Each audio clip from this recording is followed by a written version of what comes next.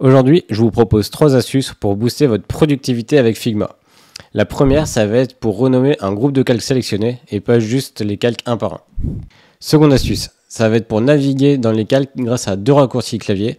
Perso, je m'en sers tous les jours et ça me fait gagner un temps considérable. Numéro 3, le collage multiple. Ça va vous permettre de coller un objet dans toutes les frames qui ont été sélectionnés.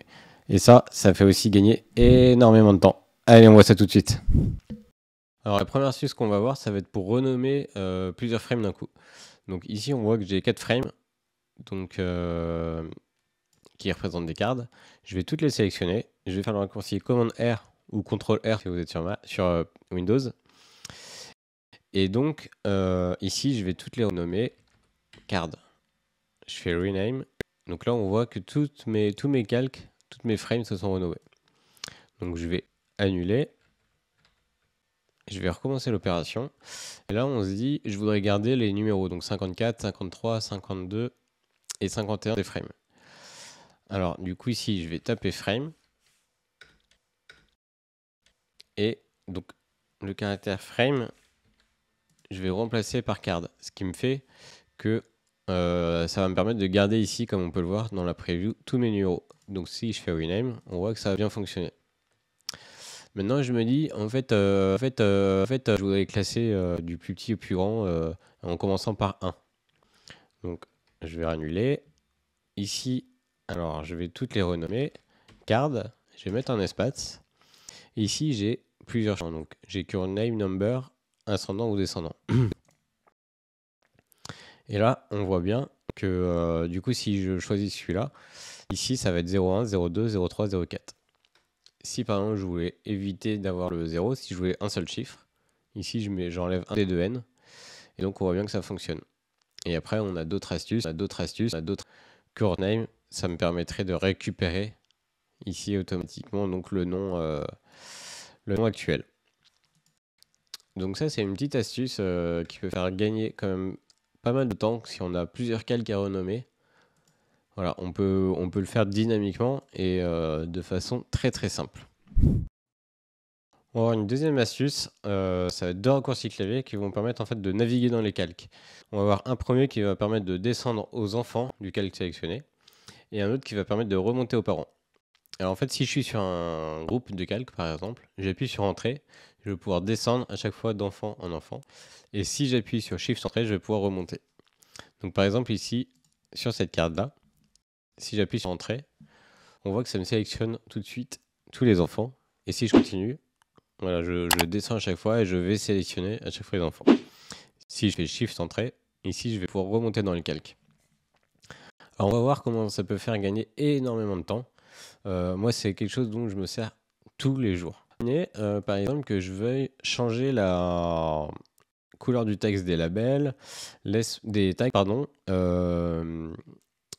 l'espacement à l'intérieur des tags et que je veuille renommer le groupe, donc le groupe qui est ici, qui liste tous les tags. Et je veux le faire du coup pour tous. Alors normalement je serai ici sélectionner tous mes textes. Parce que ici on voit bien que ce n'est pas un composant, donc je vais être obligé de le faire partout. Ici je vais pouvoir modifier ma couleur. Ensuite je recommence, je vais sélectionner tous mes tags en les sélectionnant les uns après les autres. Alors, on peut voir ça, voilà, ça peut, hop, petite erreur. Ça peut être assez long et assez fastidieux. Donc ici, je vais faire plus simple. Donc je vais aller sélectionner ici tous mes textes. Je vais du coup modifier la couleur. Je vais appliquer celle-ci. Du coup, je vais faire Shift Entrée pour remonter. Donc là, ça va tout de suite me sélectionner tous mes tags. Là, je vais me dire, je change l'espacement. Par exemple, je vais mettre 16 pixels. Ici, je l'augmente à 8. Ok, et maintenant, donc je vais refaire Shift Entrée. Et là, ça va me sélectionner tous les groupes qui listent mes tags sur toutes mes cartes. Donc là, on voit que je corrige ça. Et par exemple, je voudrais modifier l'espacement. Là, je le modifie à 4. Je peux le renommer. Donc avec l'astuce qu'on a vue tout à l'heure. Par exemple, je fais un current name, espace number. Et là, hop, ça va me relister tous avec les chiffres. Donc ça permet vraiment de faire gagner énormément de temps quand on a beaucoup de choses à modifier, plutôt que d'aller resélectionner à chaque fois les bons éléments. Et on aurait aussi pu le faire dans l'autre sens. Par exemple, ici, je vais sélectionner donc, les groupes qui listent mes tags. Donc Sandre, je modifie les tags ici et je refais entrer. Et là, je peux modifier mes textes. Et voyons sur un composant. Ici, je peux aussi, j'ai plein de variantes, je vais appliquer une modification. Je sélectionne mon composant.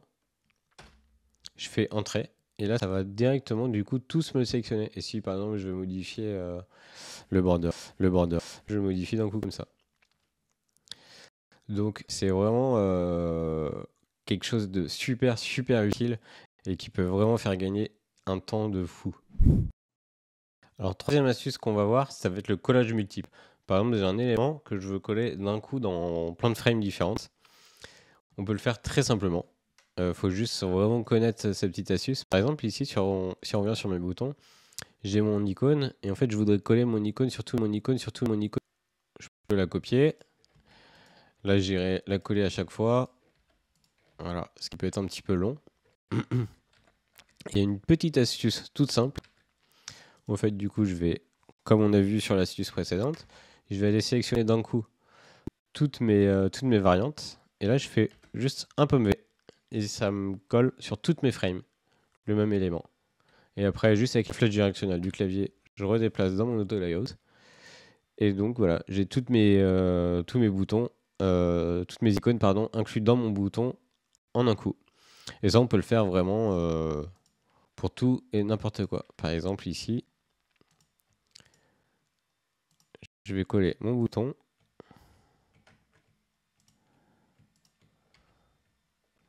Hop, je le mets voilà, directement ici dans mes cartes. Bon là, il se met vraiment n'importe comment. Mais on voit bien ici, voilà, dans l'idée, je peux vraiment faire ça partout.